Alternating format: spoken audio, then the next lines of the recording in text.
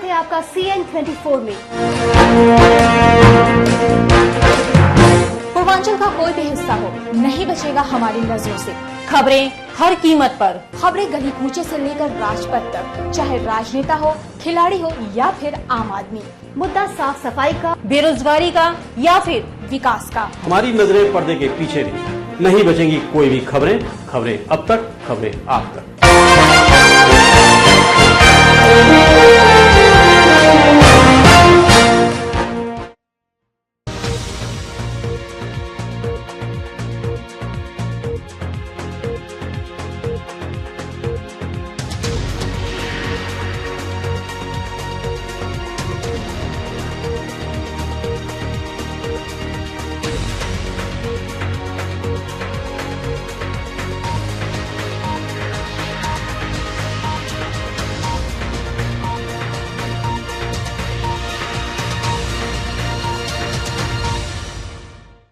नमस्कार, मैं दिलजीत कौर, आप देख रहे हैं CN24। आज के इस अंक में आपका स्वागत है। खबरों के विस्तार से पहले एक नजर सुर्खियों पर। लॉकअप से सेंध काट कर फरार प्राथमिक शिक्षक चढ़ा STF के हत्थे।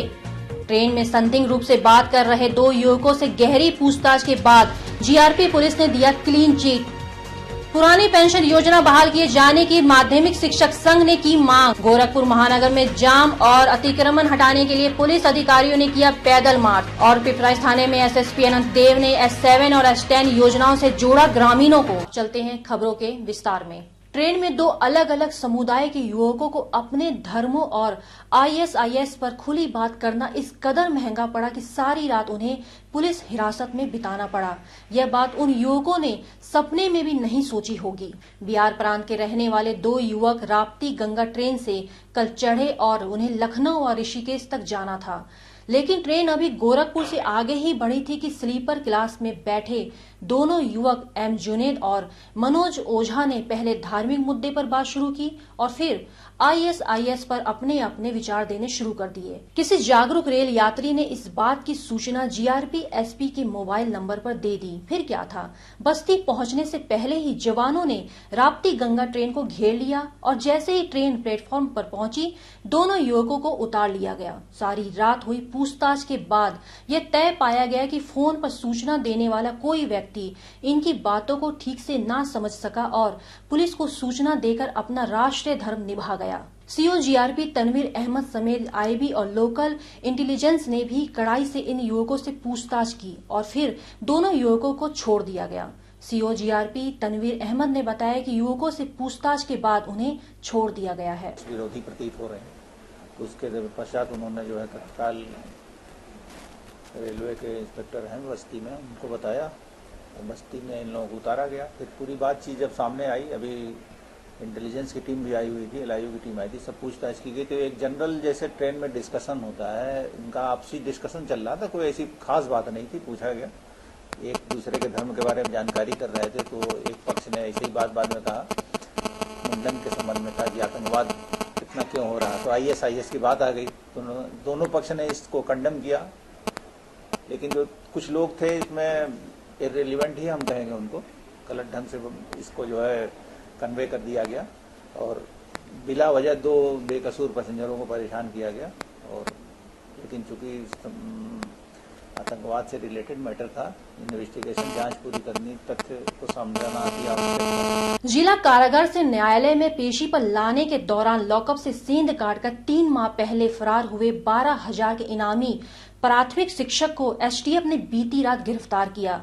उसे हत्या के आरोप में गोरखपुर जिला कारागार में निरुद्ध किया गया था। गोरखपुर यूनिट को बीती रात पुलिस कस्टडी से फरार 12,000 के इनामी अपराधी योगेंद्र मिश्रा उर्फ गुड्डू को गोरखपुर पुलिस ने गिरफ्तार करने में सफलता प्राप्त की।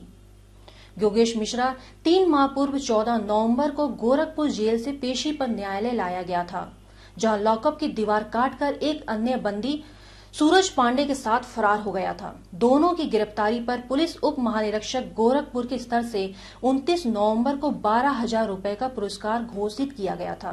इसके पूर्व STF द्वारा ही 11 जनवरी को सूरज पांडे को उसके एक अन्य साथी के साथ गिरफ्तार किया गया था। योगेश मिश्रा उर्फ गुड्डू गोरखपुर के कैंपियरगंज के लालपुर राखू खोर गांव का रहने वाला है। एसटीएफ ने उसके पास से 2 मोबाइल, एक एसटीएफ मास्टर कार्ड का एक वोटर आईडी योगेश मिश्रा के नाम से बरामद किया है। उसे एसटीएफ ने 22 फरवरी को रात 9:10 पर कैंट थाना क्षेत्र के कचहरी बस स्टेशन के पास से गिरफ्तार किया। योगेश मिश्रा उर्फ गुड्डू पर 13 अगस्त 2013 को थाना कैंपियरगंज क्षेत्र में गोविंद मिश्रा नाम के युवक को गोली मारकर हत्या करने का आरोप है, जिसके बाद गोरखपुर कारागार में निरुद्ध था। पेशी के दौरान वो 24 नवंबर को लॉकअप की दीवार काटकर फरार हो गया था। उसके द्वारा न्यायालय में मुकदमे के विचारण के दौरान अभियोजन प्रक्रिया को प्रभावित करने हेतु इसी मुकदमे के वादी एवं गवाह को लगातार धमकाया जा रहा था और उसकी हत्या का षड्यंत्र रचा जा रहा था। कैंट थाने से जेल भेजे जाने से पहले अभियुक्त ने अपना जुर्म कबूल किया है। पांडे जो भी था और मौके का लाभ देखकर और कोई मेरा एक मित्र आया था, हमको दारू दे दिया था। नशे में मैं धुत था और नशे में धुत होने के कारण मैं कोई भागने का मेरा कोई इरादा नहीं था और मौका देखकर हमने वहाँ से निकल गया। मैं एक टीचर हूँ, ऑल फैमिली गवर्नमेंट सर्विस। मैं भी टीचर, मेरी वाइफ भी टीचर। मतलब कहाँ टीचर हैं आप? हम प्राथमिक विद्यालय लालपुर में जंगल कौड़िया में पोस्ट है। हत्या के मामले में तुम्हारा नाम? जी जी जी। तो ये हत्या 3 साल 2.5 साल पहले कोई कर दिया था और हमारा नाम उसमें वांछित हम हो चुके। डीजीपी उत्तर प्रदेश के निर्देश पर गोरखपुर पुलिस ने पिछले कुछ दिनों से पैदल मार्च कर अतिक्रमण और जाम की समस्या को दूर करने का बीड़ा उठाया है।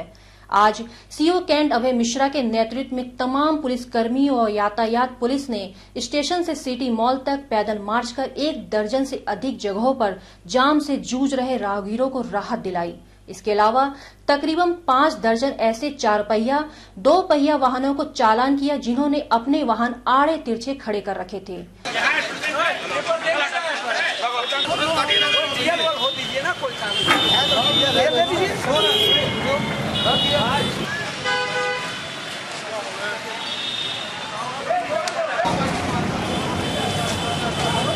और जिनसे जाम लग जा रहे थे।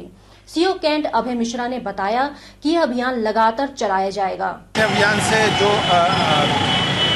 हम रोड पे रहेंगे तो जनता से हमारी दूरी कम होगी, तो पब्लिक से हम इंटरेक्ट होंगे, प्लस जो भी अतिक्रमण हो गया है या जो भी सौदे हो गए हैं या जो भी इस तरीके के हैं उनके पे थोड़ा विराम लगेगा। रोड जिले में इस समय शहर और देहात दोनों ही थाना क्षेत्रों में एसएसपी गोरखपुर की पहल पर S7 और S10 योजना को लागू किए जाने की जोर आजमाइश चल रही है। इस योजना का मकसद यह है कि छोटे छोटे मामलों को खुद सजग ग्रामीण हल कर लें ताकि पुलिस का समय इसमें व्यर्थ न हो और उस समय का सदुपयोग पुलिस बड़ी घटनाओं के खुलासे में और लॉ एंड ऑर्डर मेंटेन करने में लगाए। हमारे संवाददाता से बातचीत में एसएसपी ने आज के बैठक का मकसद भी बताया। नहीं, वहाँ पर एक भैंस चोरी की समस्या है, वो समस्या यहाँ पे नहीं है। भैंस वहाँ पर आते हैं। आज पिपराइच थाना क्षेत्र परिसर में गोरखपुर पुलिस कप्तान अनंत देव ने तकरीबन 3 दर्जन गांवों के प्रधानों और बुद्धिजीवियों को इकट्ठा कर इस मसले पर उनकी राय जानी और जब वे सभी एकमत हुए तो उन्होंने S7 की उपयोगिता बताते हुए कुछ ग्रामीणों को नामित कर लिया जो अब पुलिस की गैर हाजिरी में न सिर्फ फोटोग्राफी करेंगे बल्कि छोटे छोटे झगड़ों का स्वयं निपटारा भी करेंगे। इस मामले पर जब हमने कुछ ग्रामीण जनप्रतिनिधियों से बात की तो उन्होंने एसएसपी की जमकर तारीफ भी की।